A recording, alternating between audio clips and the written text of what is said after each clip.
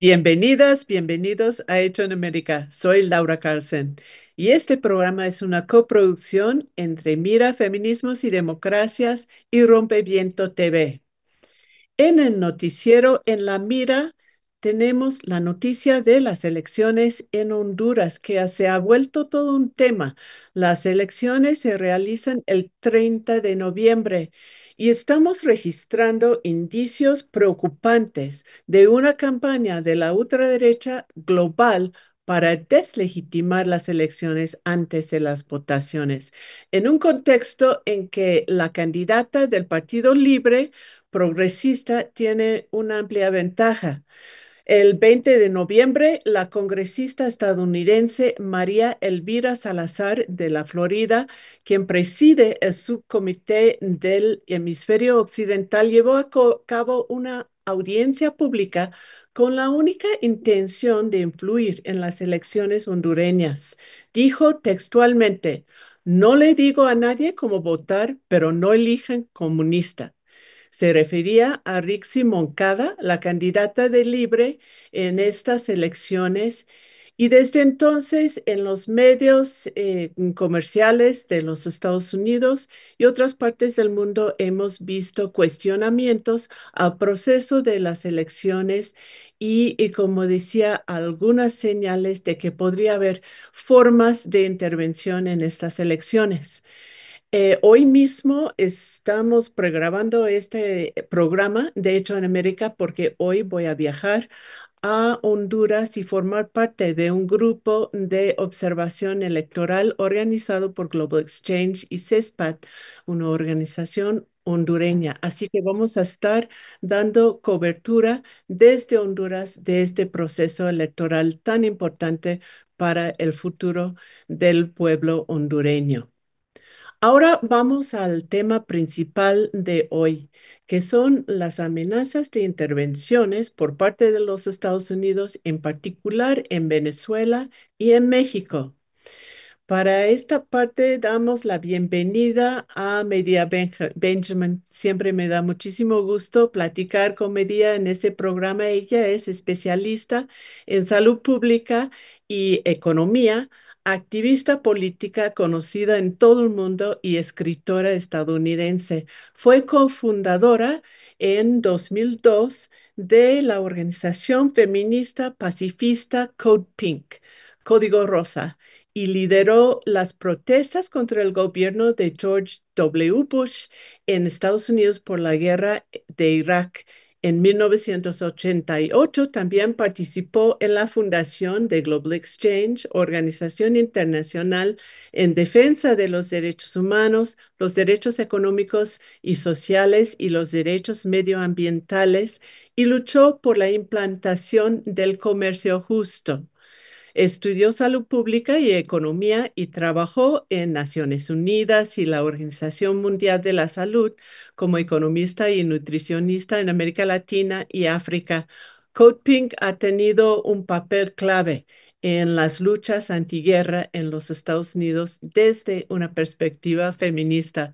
Media, muchísimas gracias por acompañarnos aquí en Hecho en América. Desde la Casa Blanca se anuncian nuevas medidas contra Venezuela, el país con más reservas de petróleo en todo el mundo. Ayer el gobierno de Trump designó formalmente al presidente Maduro y otros funcionarios del gobierno como terroristas en una serie de mentiras vinculadas entre sí, empezando con nombrar organización terrorista extranjera a un cártel que no existe, el Cártel de los Soles, que los y las expertos internacionales acuerdan que por su estructura y su naturaleza es una supuesta red de corrupción en el gobierno y no un cártel de las drogas. Esta medida esperada amplía sus poderes para actuar contra el presidente de un país vecino. A la vez dice que empezó una nueva ronda de negociaciones extraoficiales, reviviendo así también la posibilidad de una transacción más estilo Trump que Rubio. En estos momentos va el general Dan Kane, jefe del Estado Mayor conjunto al Caribe con el pretexto de agradecer a las tropas antes del Día de Acción de Gracias, pero seguramente para revisar el despliegue de buques de guerra y los 5,000 tropas en Puerto Rico y posibles preparativos para una acción.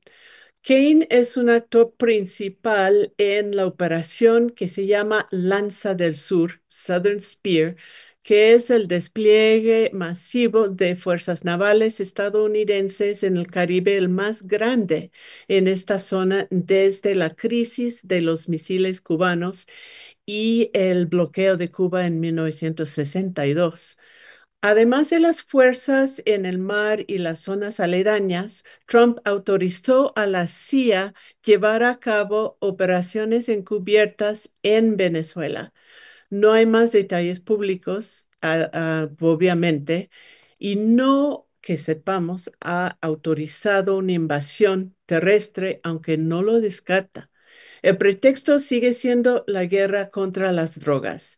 Y hemos mostrado en este espacio y se ha mostrado en estudios y medios en todo el mundo a base de los propios datos y informes del gobierno de los Estados Unidos que es falso.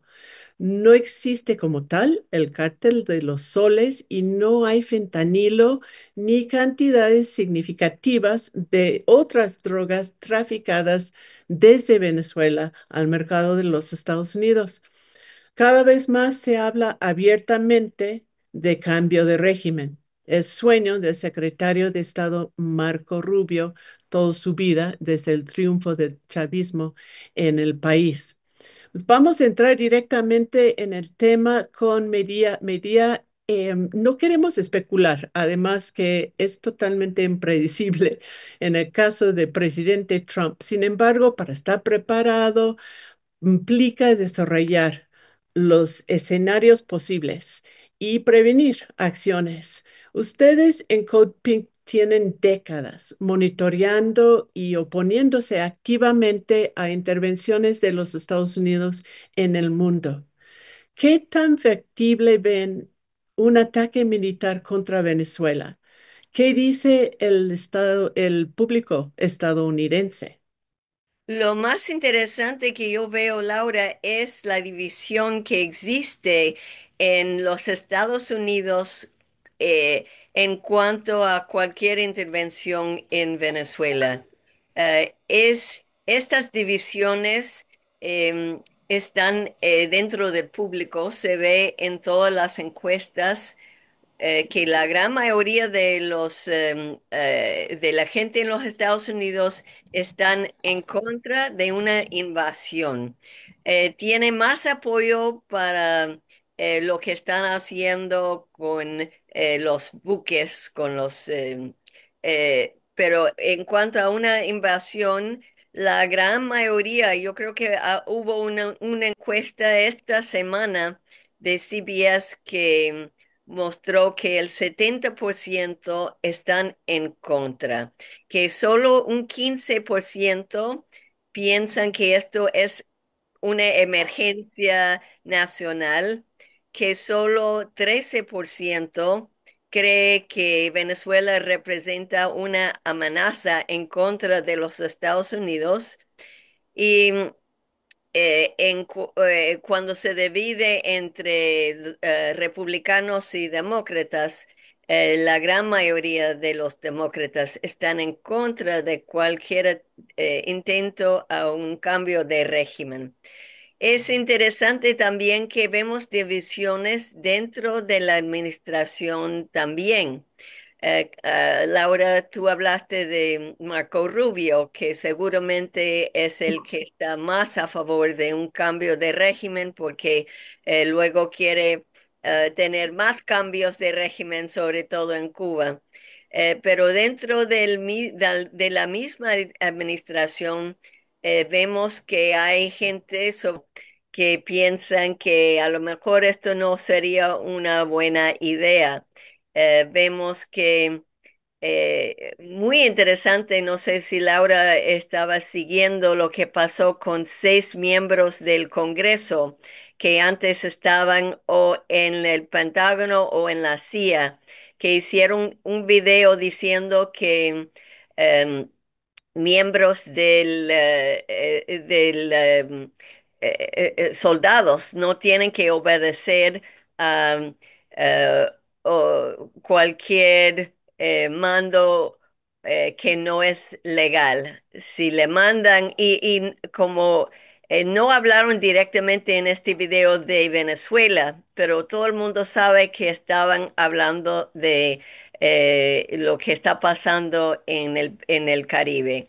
Y ahora Trump dice que estas seis miembros del Congreso deben ser acusados de treason. ¿Cómo se dice treason? Sedición. Sedición. Y empezó el jefe del Pentágono, Pete Hegseth, una investigación en contra de uno de ellos. Eso ha causado un enorme conflicto dentro del Congreso. Y también, Laura, no sé si ha seguido los votos que han habido dentro del Congreso. Ha habido uno en el Senado donde todos los demócratas votaron en contra de lo que está haciendo Trump sin autorización del Congreso. Y ahora tenemos tres posibilidades dentro de la otra cámara, de House, de votos que en contra tanto de lo que están haciendo con los ships, los barcos, y otro sobre una invasión. Así que quiero decir que hay mucha división dentro de los Unidos, mucho escepticismo que no saben cuál es el plan de Trump, muchos preguntando y pidiendo más informes del gobierno sobre cuál es su plan.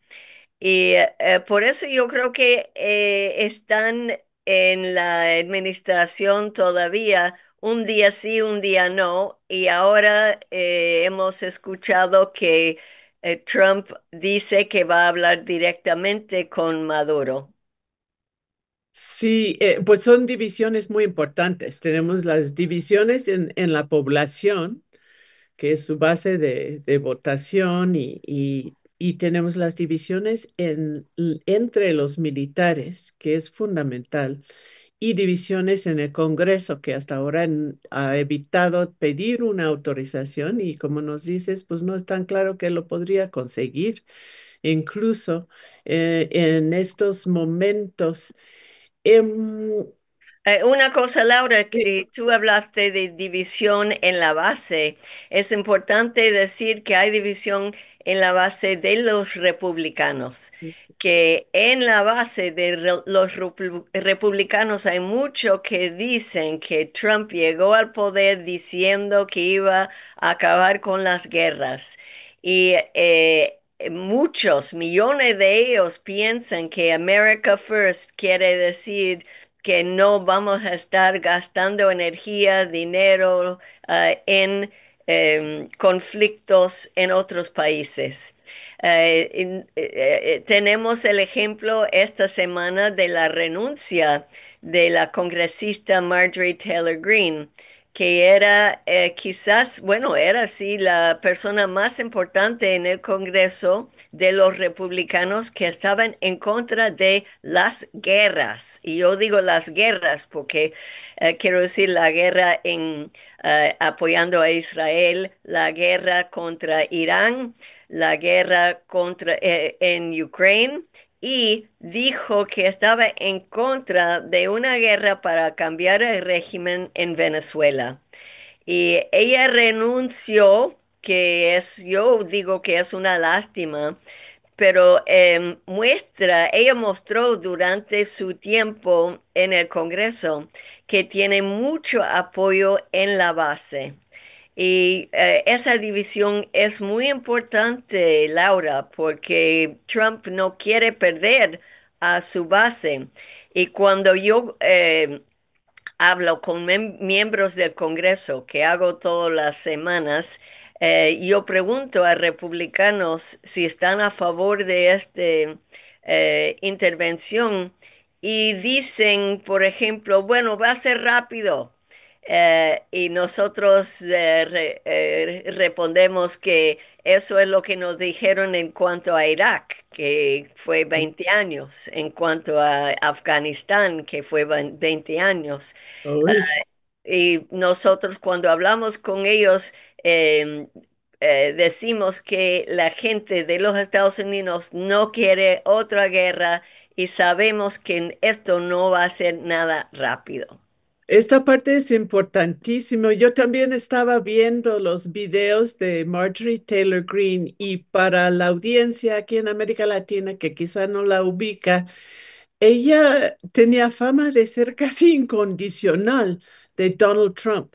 Entonces, en este momento, como representante y figura de MAGA, de su movimiento, de su base, de oponerse abiertamente, públicamente y contundentemente en contra de ese plan de invasión y las agresiones contra Venezuela, sí, como dices, ha sido muy significativo y está profundizándose una fractura allá en su propio base. Entonces, pues esto podría ser uno de los factores más importantes.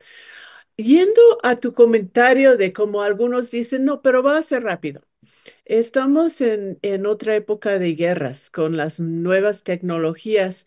¿Qué posibles formas o escenarios de intervención están monitoreando? Cuando dicen que va a ser rápido, ¿en qué están pensando? ¿Qué pueden hacer los estilos de intervención que están considerando allá en la Casa Blanca?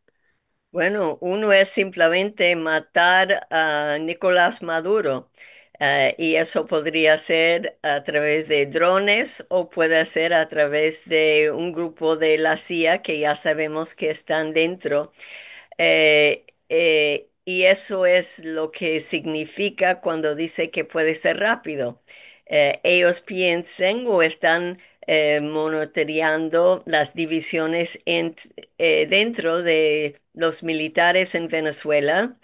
Y hay que decir también que tienen un, ¿cómo se dice? Bounty, Laura, de 50 millones de dólares para cualquier posición. ¿Cómo se dice bounty? 50 millones. Ay, ¿cómo se dice? Como, como el de la FBI, pues una recompensa de 50 millones para información que lleva a Maduro. Eh, Sí, y están tratando de conseguir gente de alto rango dentro de militar para conseguir estos 50 millones de dólares, quizás arrestando o hasta matando a Maduro.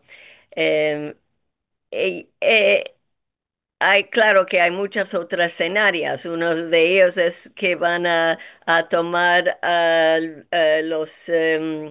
las refinerías y el petróleo y que los lugares más importantes de las bases militares. Pero yo creo que lo que piensan es que si pueden acabar con Maduro, el resto va a ser, entre comillas, fácil. uf, em, pues asesinato, ataques por drones que no impliquen el riesgo a soldados estadounidenses, las medidas encubiertas de la CIA, provocar divisiones en Venezuela, sabotajes, operaciones cibernéticas, y me imagino que también están ahí sobre la mesa, pues hay muchas formas. Ahora, con todas estas posibilidades y una situación tan volátil como estamos viendo justo en este momento, ustedes han propuesto un mecanismo de respuesta rápida si hay una agresión más fuerte contra Venezuela desde Code Pink. Cuéntanos cómo está este mecanismo, esta campaña. Bueno, ya tenemos una coalición de varios grupos en todo el país que están al tanto de lo que está pasando. No estamos esperando una invasión, estamos todos los días haciendo algo para tratar de evitar una invasión. Estamos haciendo manifestaciones en la calle, frente a la Casa Blanca, frente a bases militares aquí.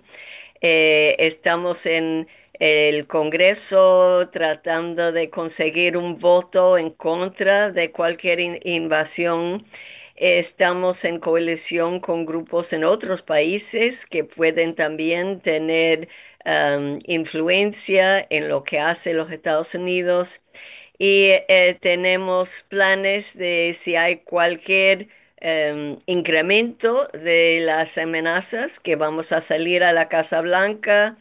Em, pero lo más importante para nosotros ahora es cambiar el cálculo de los Estados Unidos, mostrar que cualquier invasión va a ser un conflicto largo, un conflicto que va a implicar tropas norteamericanas. Y Laura, cuando tropas norteamericanas mueren en guerras en otros países, inmediatamente cambia las encuestas políticas que están en contra. No quieren que los soldados americanos mueren en estos conflictos. Y esos son algunos de los planes. Además de eso, tenemos cosas como peticiones que ya han firmado miles y miles de personas y estos van directamente a Marco Rubio, a gente en la Casa Blanca, y tenemos también una campaña para presionar al jefe del Comando Sur que dijo que se va a retirar de su puesto a finales de diciembre porque está en contra de lo que está haciendo los Estados Unidos en el Caribe. Estamos presionando a él para que hable públicamente antes de irse ahora de su condenación de la política de Trump en cuanto a Venezuela y a esa guerra contra drogas, entre comillas. Porque ahora es como un secreto a voces que se está renunciando justo porque ve como ilegal y contra la ética militar lo que están haciendo frente a Venezuela. Se llama Alvin Halsey, ¿verdad? Y Sí. la campaña es para presionar a él para que tome una postura pública. Si su renuncia habla por sí misma, pues que lo haga explícita en esta coyuntura tan importante. Pues hablando de otros países, mi día para terminar la entrevista, ¿qué podemos hacer desde México y otros países de la región? Bueno, estamos contando con la voz de su presidenta en México, que ha sido tan clara, y de la postura de otros presidentes como Lula, presidente de Colombia, que es interesante que algunos no están muy enamorados de Maduro, pero dicen que cualquier invasión va en contra del bienestar de los venezolanos y de todo el continente. Queremos que haya más presión del público y también de las organizaciones como CELAC, y otros que existen. Ojalá que fuera posible que la Organización de Estados Americanos hiciera algo más, pero está realmente capturado por los Estados Unidos. Sí, sí, como hemos visto en el pasado. Em, pues interesantísimo, muchísimas gracias, Media. Vamos a seguir en contacto y para la gente que nos está viendo. Ahí están en coping.org, ¿verdad? Sí. Ahí pueden tener más información de todas las campañas que están llevando a cabo en los Estados Unidos, punto de inflexión para evitar algo tan desastroso como una agresión mayor contra Venezuela en este momento histórico. Pues un fuerte abrazo, Midia, cuídate mucho, estamos en contacto.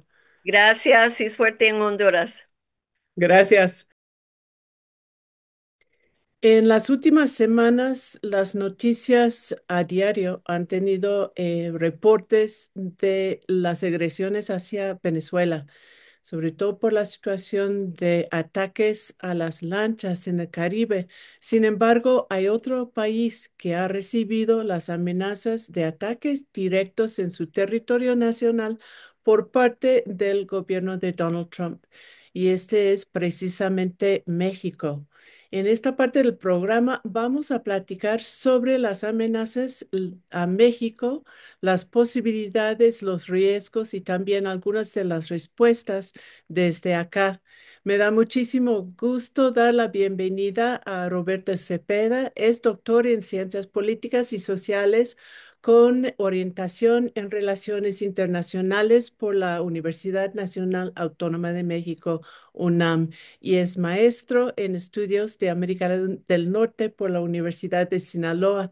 Actualmente se desempeña como investigador y secretario académico del CISAN, el Centro de Investigaciones sobre América del Norte de la UNAM. Sus principales líneas de investigación se enfocan precisamente en las relaciones internacionales en América del Norte desde una perspectiva subnacional. Ha sido profesor asociado en varias universidades de México y en el extranjero, y ha realizado estancias de investigación en el Instituto de Investigaciones Sociales de la UNAM, en la Universidad de Sheffield en Inglaterra y la Universidad de Arizona en Tucson. Ha sido autor de una decena de libros académicos publicados por editoriales académicos reconocidos en varias partes del mundo. Roberto, muchas gracias por acompañarnos aquí en el programa. No, muchísimas gracias, Laura, por la invitación. Como siempre, es un gusto estar en tu programa. Para nosotros y nosotras también, la presidenta Claudia Sheinbaum ha declarado en varias ocasiones que el presidente Trump le ha dicho que no va a lanzar ataques unilaterales en territorio mexicano. Sin embargo, Trump reiteró hace unos días que no lo descarta. Vimos el clip hace unos minutos. ¿Es un riesgo, en tu opinión? Bueno, sí, esa, digamos, posibilidad está latente desde que Trump inició, digamos, su segunda administración. Vemos pues a una administración de Trump más intervencionista en América Latina. El tema de las drogas es particularmente importante porque durante la campaña política el tema del fentanilo formó parte precisamente del debate político. Donald Trump pues criticó a la administración Biden, ¿no? Por que no estaban haciendo lo suficiente o no estaba exigiendo lo suficiente a México para detener los flujos de este opioide letal que ha generado decenas de miles de muertes en Estados Unidos por sobredosis. La gran mayoría han sido por el fentanilo, ¿no? Entonces hay una presión muy fuerte hacia las organizaciones del crimen organizado, hacia los cárteles en México, en otros países de Latinoamérica. Y también yo diría, destaca que en esta segunda administración, Donald Trump, pues decidió catalogar, ¿no? La administración de Trump decidió catalogar a estos grupos como organizaciones terroristas, algunas de ellas. Y eso en cierta medida, por la legislación interna de Estados Unidos, le permite intervenir en otros países de acuerdo a lo que ellos consideran que son grupos terroristas que están traficando estas drogas ilícitas, ¿no? Entonces, hay una presión muy fuerte, ¿no?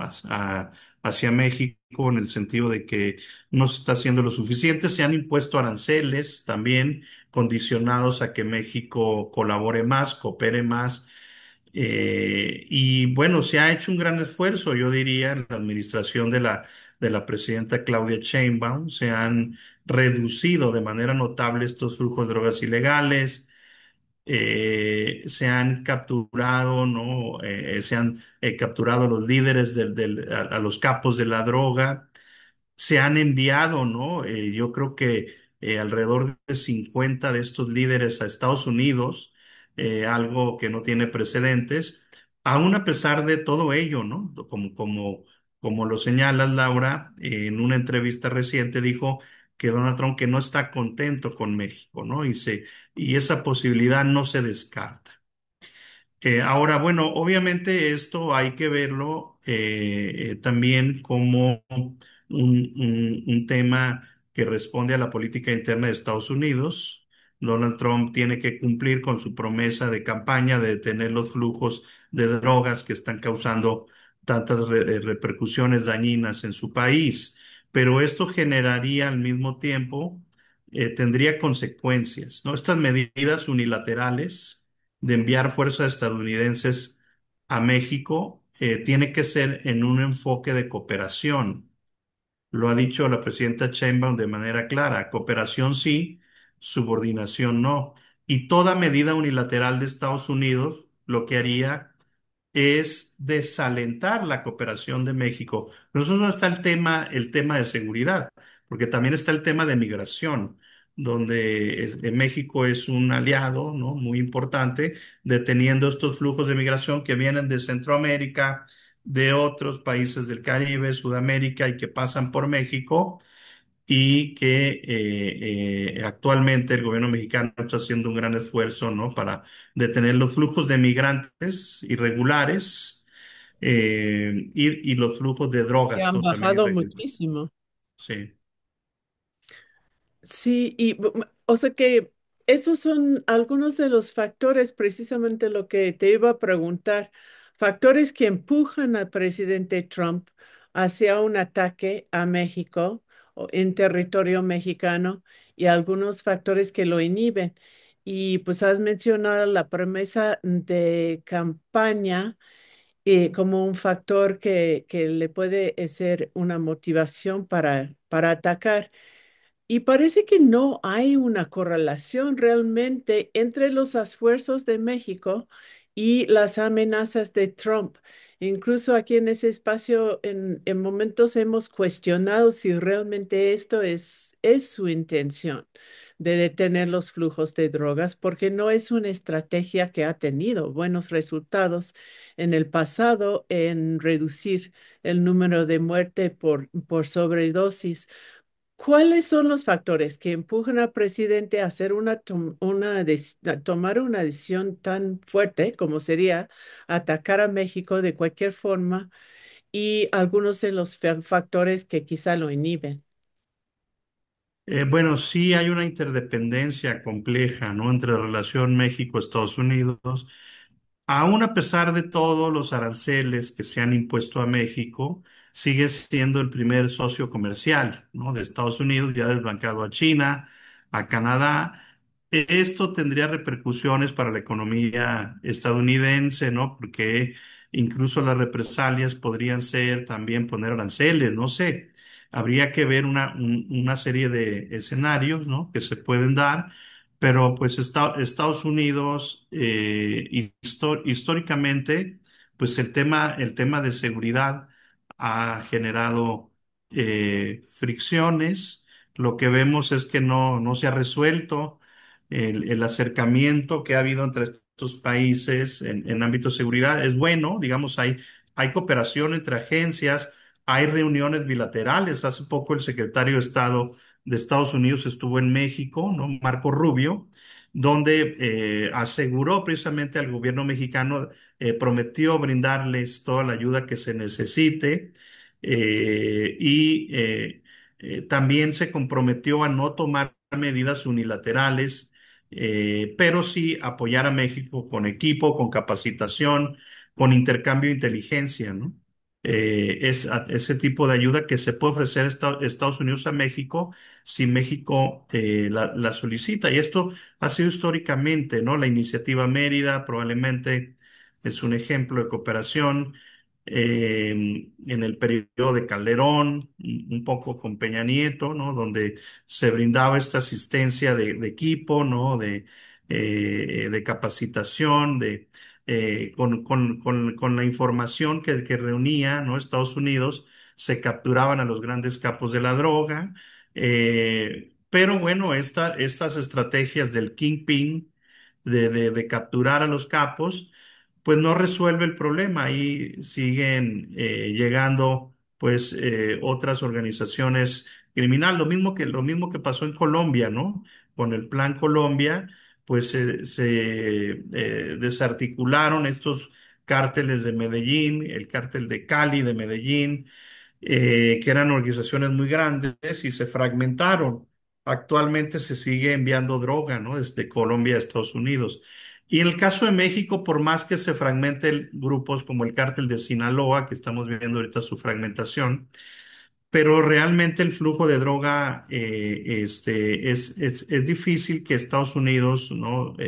Lo erradique, ¿no? Estas estrategias pues han fallado, ¿no? A través de años, a través de décadas, lo dicen en Estados Unidos, ¿no? También. Si es que se da, ¿no? Una intervención con drones muy focalizada, ¿no? Para destruir, por ejemplo, los laboratorios, ¿no? Donde se produce fentanilo o donde operan estos grupos criminales, ¿no? Eso es lo que se ha dicho, ¿no? Por especialistas en Estados Unidos, y que Donald Trump, como dices, no lo descarta, ¿no? Sin embargo, yo creo que esto tendría consecuencias, ¿no? Para la relación bilateral. A Estados Unidos obviamente le conviene tener a México un aliado, un socio comercial también importante. Y México, no hay que olvidarlo, al igual que Canadá, forma parte del perímetro de seguridad, ¿no? Yo diría hasta incluso Latinoamérica y el Caribe, ¿no? Ese círculo, ¿no? Esa zona de seguridad que Estados Unidos debe tener como países aliados y fortalecer esa relación para regresamos al análisis global para hacerle frente a otras potencias, no solamente en el ámbito comercial, sino también en el ámbito de seguridad, ¿no? En los conflictos bélicos, en los conflictos grandes, siempre Estados Unidos ha buscado a México, ¿no? Como un aliado, ¿no? Obviamente no estamos ahorita en un conflicto armado a nivel global, pero digamos que México forma parte del perímetro de seguridad de Estados Unidos, se comparte mucha inteligencia, se comparte mucha información. No es lo mismo, por ejemplo, que Brasil sí tiene una postura más alineada con los BRICS, con Rusia, India, China, ¿no?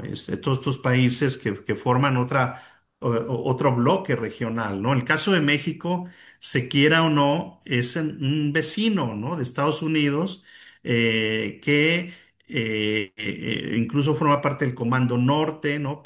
A pesar de de todos los desencuentros que ha habido recientemente en seguridad, México, pues, ha hecho un gran esfuerzo en detener los flujos de migración, en detener, digamos, todos los decomisos de droga, la detención de migrantes. Vamos a suponer que un efecto sea ese, que México ya no coopere.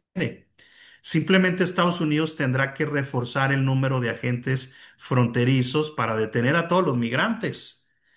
Y si esa falta de apoyo a México se puede traducir también en una mayor migración de mexicanos a Estados Unidos. O sea, no puede haber fuego en la casa del vecino, en pocas palabras, ¿no? Estados Unidos le conviene tener ahí a un país con cierta estabilidad, ¿no? Económica, ya lo vimos en la década de los 90 cuando México tuvo una crisis económica muy fuerte. Y entonces el presidente Clinton decidió apoyar a México. Había el Congreso como que estaba dudando y él con una acción ejecutiva decidió darle pues ese préstamo a México. ¿Por qué? Por temas de seguridad. Sí, por temas de seguridad nacional. En el preludio de la Segunda Guerra Mundial, Lázaro Cárdenas hizo la expropiación petrolera.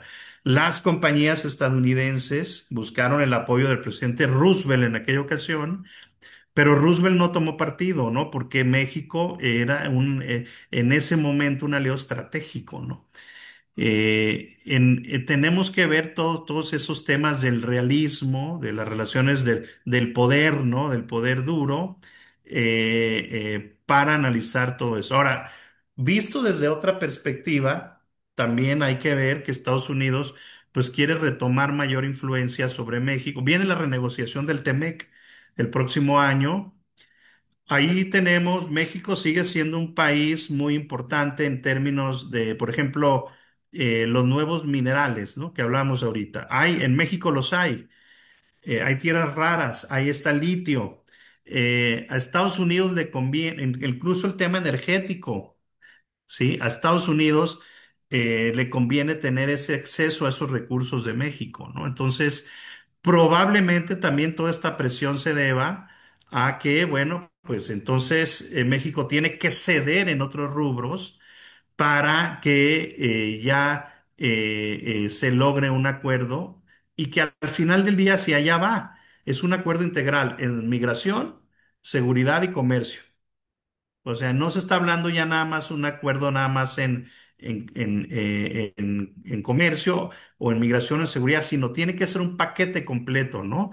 Como lo ha dicho la presidenta Sheinbaum en sus llamadas telefónicas con Trump, ¿no?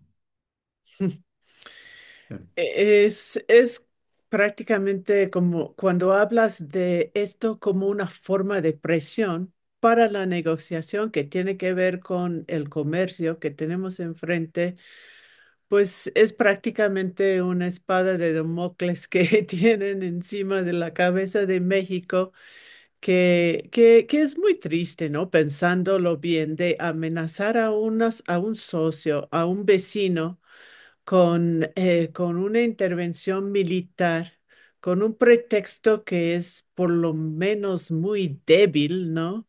Para tener más poder en manos y entrar en otro tipo de negociaciones en donde pues se podría incluso profundizar la asimetría que ya existe en estas condiciones entre México y Estados Unidos.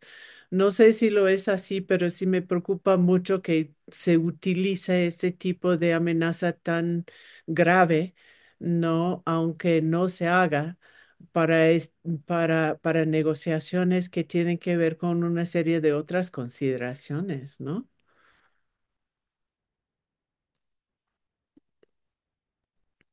Perdón, hay que recordar que Donald Trump pues es una de sus características, ¿no? De la negociación, en el proceso de negociación, presionar, ¿no? Con un tema, luego para obtener concesiones, ¿no?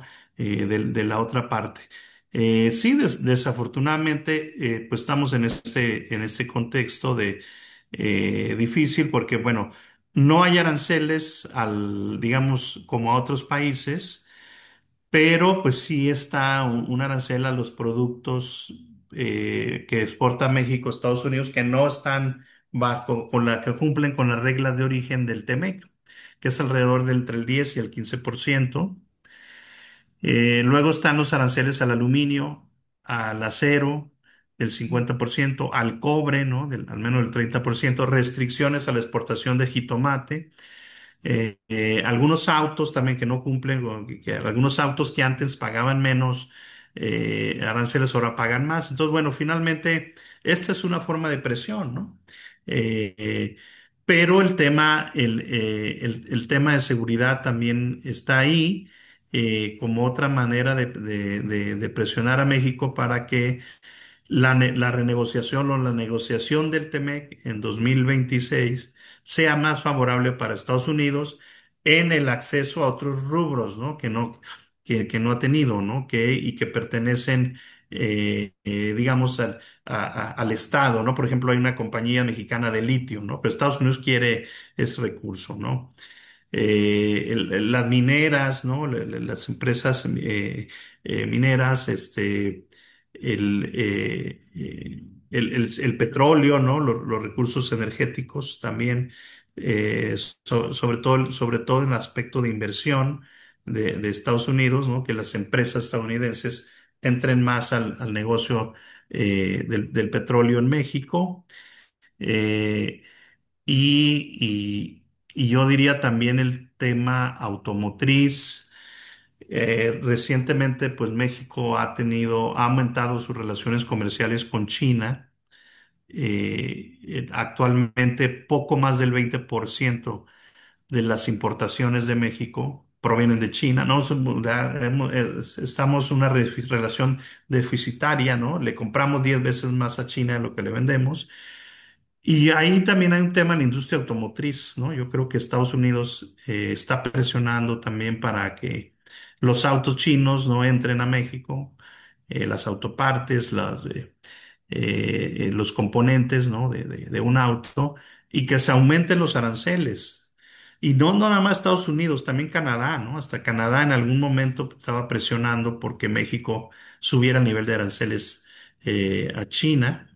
Y ahí está, pues, este otro tema, ¿no? Es una serie de temas clave que Estados Unidos no está contento, ¿no?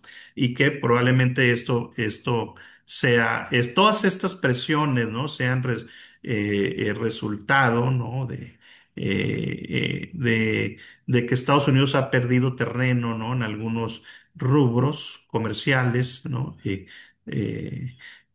Con México, ¿no? Económicos, productivos, tecnológicos, ¿no? Ahora vamos a platicar sobre la COP30 en Belén, Brasil, y tenemos el gran gusto de tener con nosotras y nosotros a Moira Millán. Hola Moira, ¿cómo está? Un Mai, Mari, Tañer, bueno, somos Laura, un placer estar conversando contigo.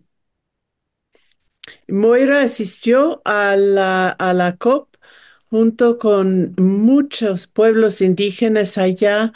Pues en primer lugar, Moira, ¿cuál fue tu impresión de esta experiencia? Otra COP y pues otra decepción en muchos sentidos por lo que hemos visto.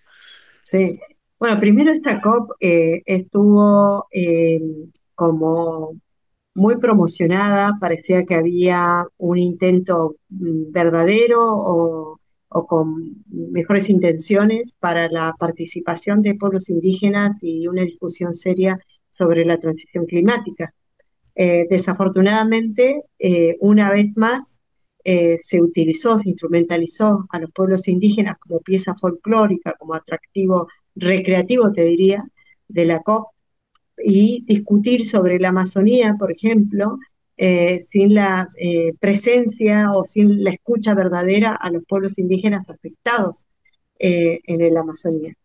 Y ha sido una vez más decepcionante, no sé, ha quedado muy, muy claro de que en este espacio de la COP los estados-nación están decididos a conservar el modelo de desarrollo dependiente tanto del petróleo como también el gran negocio de lo que está siendo la energía verde, ¿no? Y bajo la posibilidad de ser sacrificados los territorios y los pueblos indígenas. Vimos muchas imágenes impactantes de los pueblos de indígenas y otros sectores que tuvieron una gran presencia, pero entendemos que como en otras ocasiones se separaron entre las negociaciones donde realmente toman las decisiones que se dieron adentro, digamos, y la gente que quedó excluido allá afuera. ¿Cómo fue esto y si se logró en algún momento romper esta barrera o participar en términos significativos? Bueno, Hay algunos aspectos de esta COP que vale la pena enfatizar, ¿no? Primero es el hartazgo. Yo diría que esa es una de las palabras emblemáticas que recorrió las conversaciones internas de los pueblos indígenas, el hartazgo.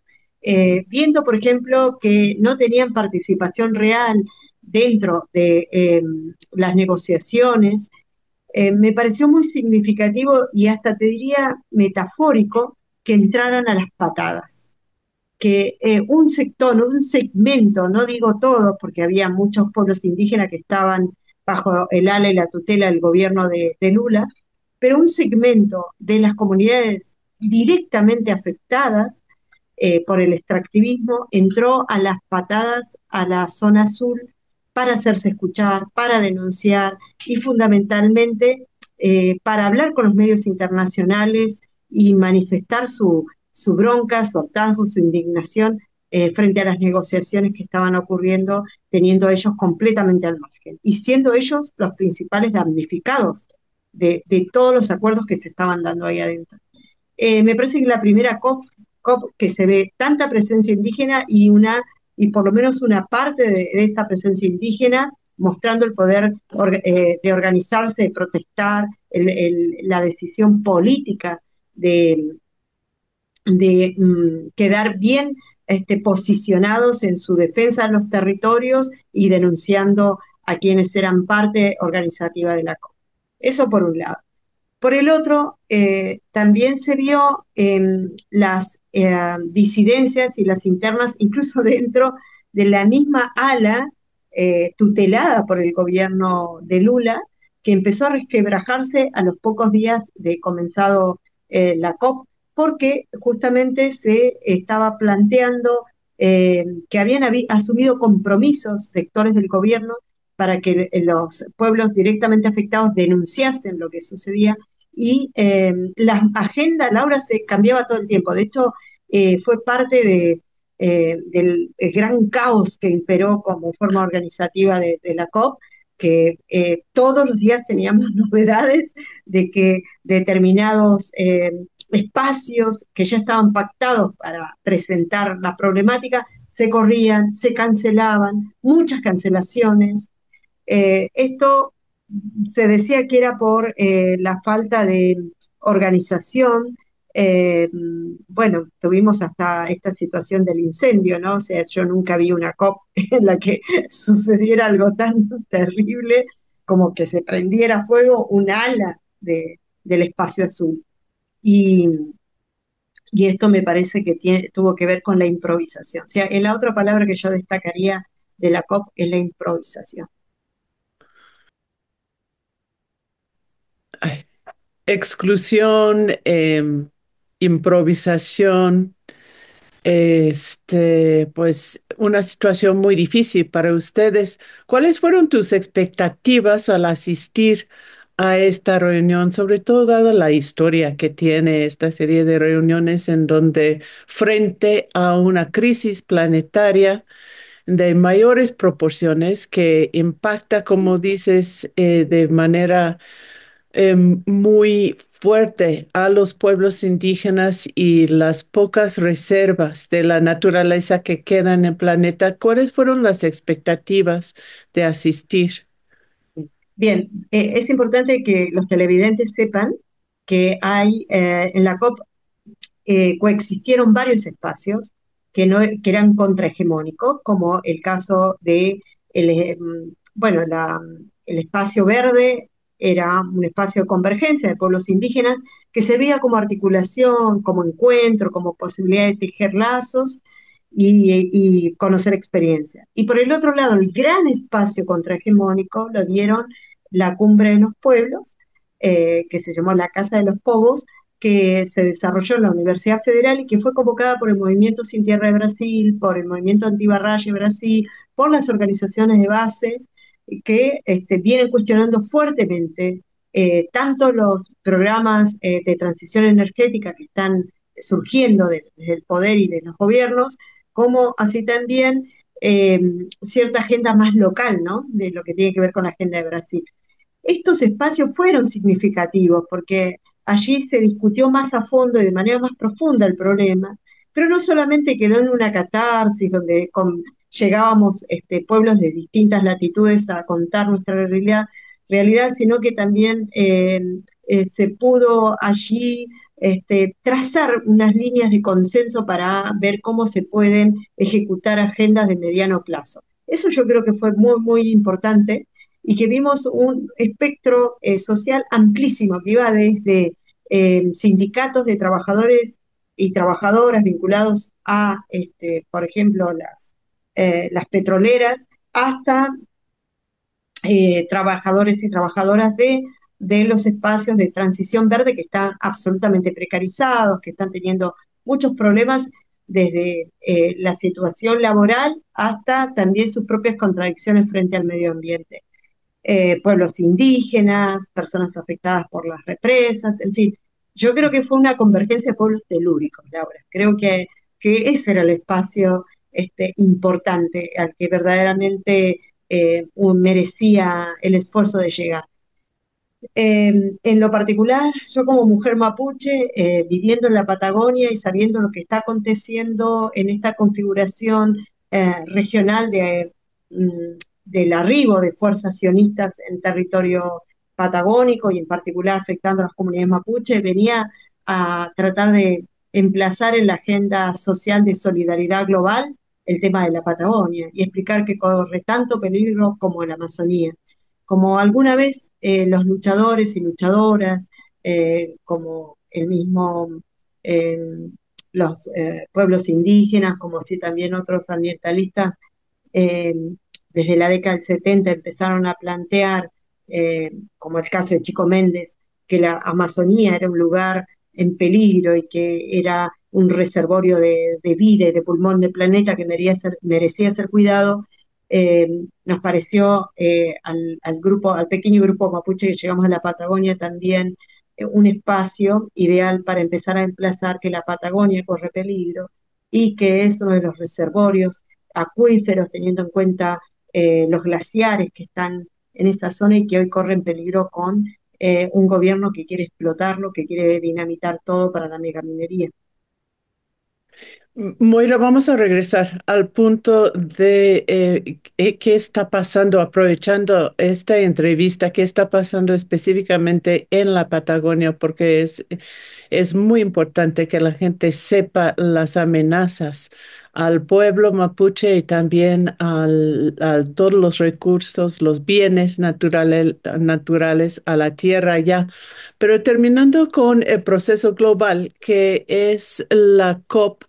Y mencionaste algunas líneas de consenso frente a una declaración que por los reportes de prensa dice que evitó mencionar la industria de combustibles fósiles, que tenía una presencia histórica de cabildeo a favor de las grandes corporaciones petroleras y que tampoco llegó a un acuerdo firme en términos de financiación por parte de los países ricos responsables de esta crisis hacia los países más afectados. Entre ustedes, ¿a qué líneas de consenso llegaron? Primero, me parece fundamental este, que se ve un poco del éxito, digamos, dentro del gran fracaso de la agenda que se propuso Lula y cierto sector dentro de la COP. El éxito que nosotros vemos en ello es que hay sí por lo menos un cierto temor, ya no es política y socialmente aceptable salir a hacer lobby por las petroleras. Eso yo creo que es algo que es como resultado de la lucha de los pueblos organizados. Ahora bien, dentro de los sectores de base que fueron convocados, estoy hablando que la marcha contrahegemónica fue de 70.000 personas, o sea, Wow. miles y miles de personas, es muy, muy fuerte. 70.000 personas que coreaban en las calles su postura, no solamente de repudio absoluto a los combustibles fósiles y a los negociados con la vida de los territorios, sino también estas 70.000 personas están queriendo democratizar la discusión sobre la transición energética. Estos sectores sociales están empezando a plantear que no solamente se trata de transitar hacia una nueva matriz energética, sino también a transitar hacia un nuevo modelo democrático.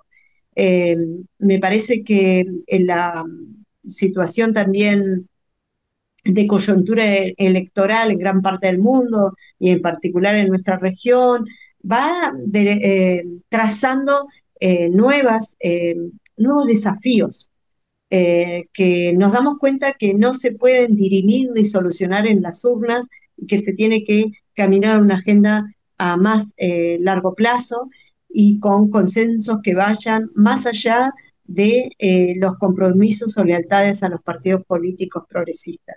El progresismo ha demostrado tener también el mismo compromiso con las empresas de combustibles fósiles que han tenido las empresas que han tenido los gobiernos de derecha y esta gran frustración que han experimentado los pueblos, hemos experimentado los pueblos frente a gobiernos débiles que si bien tienen una prédica a favor de la vida de los territorios, terminan cediendo a la presión del capitalismo eh, voraz. Se ha decidido empezar a recoger y sobre todo creo que ha sido muy importante la presencia palestina en esto, que es algo nuevo también, vincular la lucha ambiental con la lucha contra el genocidio. Es algo que no se veía. En lo particular me sentí muy cómoda con esta situación porque vengo planteando en terricidio cómo todas las vidas se ensamblan y creo que la COP30 y sobre todo la Cumbre de los Pueblos trazó de manera categórica esa línea, es decir, hasta aquí ustedes avanzan y vamos a defender todas las vidas y cómo los negociados de las grandes corporaciones extractivistas están sostenidos sobre genocidios y sobre injusticias belicistas que están matando a los pueblos. Entonces, por ejemplo, la presencia palestina denunciando al Estado de Israel que se encontraba dentro de la COP y que tuvo que salir por la puerta de atrás, porque el temor del repudio, el escrache de todos quienes estuvimos allí en la zona azul, en la entrada, provocó que los representantes del Estado de Israel tuvieran que salir como cobardes, ladrones por la puerta trasera de la gran carpa de la zona azul. Eh, todo esto a mí me parece no solamente metafórico, sino que es un balance de cómo los pueblos estamos caminando con conciencia, con compromiso en la vida, sin temor a las represiones o represalias que tomen los gobiernos. Sí, se trazan las líneas. Eso es claro y es muy interesante el cruce entre los temas medioambientales y la lucha por la democracia. Y además es alentador que se juntaron tantos sectores en ese esfuerzo de llegar a ciertos consensos. Ahora, Moira, ¿cómo se impacta todo esto en tu territorio en este momento, con un gobierno que está apostando todo al extractivismo, a la inversión extranjera, a vender la tierra y cómo lo están viviendo desde allá a la Patagonia? La verdad es que la configuración del escenario regional me preocupa, no solamente lo que está pasando en Argentina, lo que está pasando en Chile también, la radicalización de esa extrema derecha que parece que viene con todo y con un éxito arrollador y que está generando los mecanismos estructurales en la legislación, en todos los estamentos para la represión, para consumar, digamos, el modelo extractivista. Y el pueblo mapuche que no es nuevo para nosotros, porque llevamos siglos y siglos de ver momentos de exterminio, de intento de exterminio, de genocidio, y luchamos y no paramos de luchar, nos volvemos nuevamente a organizar y a ver cómo podemos generar no solamente visibilidad, respecto a nuestra lucha, sino también desconfigurar el escenario eh, de blindaje mediático, de mentiras, porque están todo el tiempo montando campañas mentirosas y decimos, bueno, a ver cuáles son las fortalezas que tiene este sistema y este poder y bueno, permear allí para dar claridad, para contar nuestras verdades. Estamos en este momento preparándonos porque se viene un verano muy seco con posibles incendios, de hecho hace muy poquito había sucedido uno, y bueno, sabemos que el gobierno de Milei y el gobierno de Ignacio Torre, que es un gobernador corrupto, que está demostrado sus niveles de negociados de corrupción, van a instrumentalizar esas situaciones para acusar al pueblo mapuche, para perseguir al pueblo mapuche. Entonces, lo que hemos decidido es enfrentar esta realidad con coraje, con dignidad, con verdad, y bueno, vamos a ver cómo reacciona el resto del pueblo argentino. Como decías antes, cuando estábamos platicando, esta situación de crisis en la Patagonia por las presiones contra las tierras y contra la vida, no es una situación que está restringida a a la Patagonia y que además es una represión que tenemos que asumir, enfrentar muchos pueblos de otros lados, porque donde hay un ataque a uno o a una, es un ataque a todos en ese mundo, en la crisis en que estamos. Y finalmente, para otra vez terminar una nota alentadora, mencionaste una frase que quizá no toda la audiencia reconozca, que es las fuerzas telúricas, que viene del concepto que has desarrollado de terricidio y de los recursos que tienen la fuerza que tienen los pueblos para resistir a pesar de toda la fuerza de represión, de dinero, de lo demás que tienen los poderosos en ese momento. Explícanos cuáles son las fuerzas telúricas. Las fuerzas telúricas son las fuerzas protectoras que habitan en todos los territorios, en todos los ecosistemas. Es un ecosistema espiritual que protege la vida de la tierra y también a los pueblos que dialogan con esa tierra, ¿no?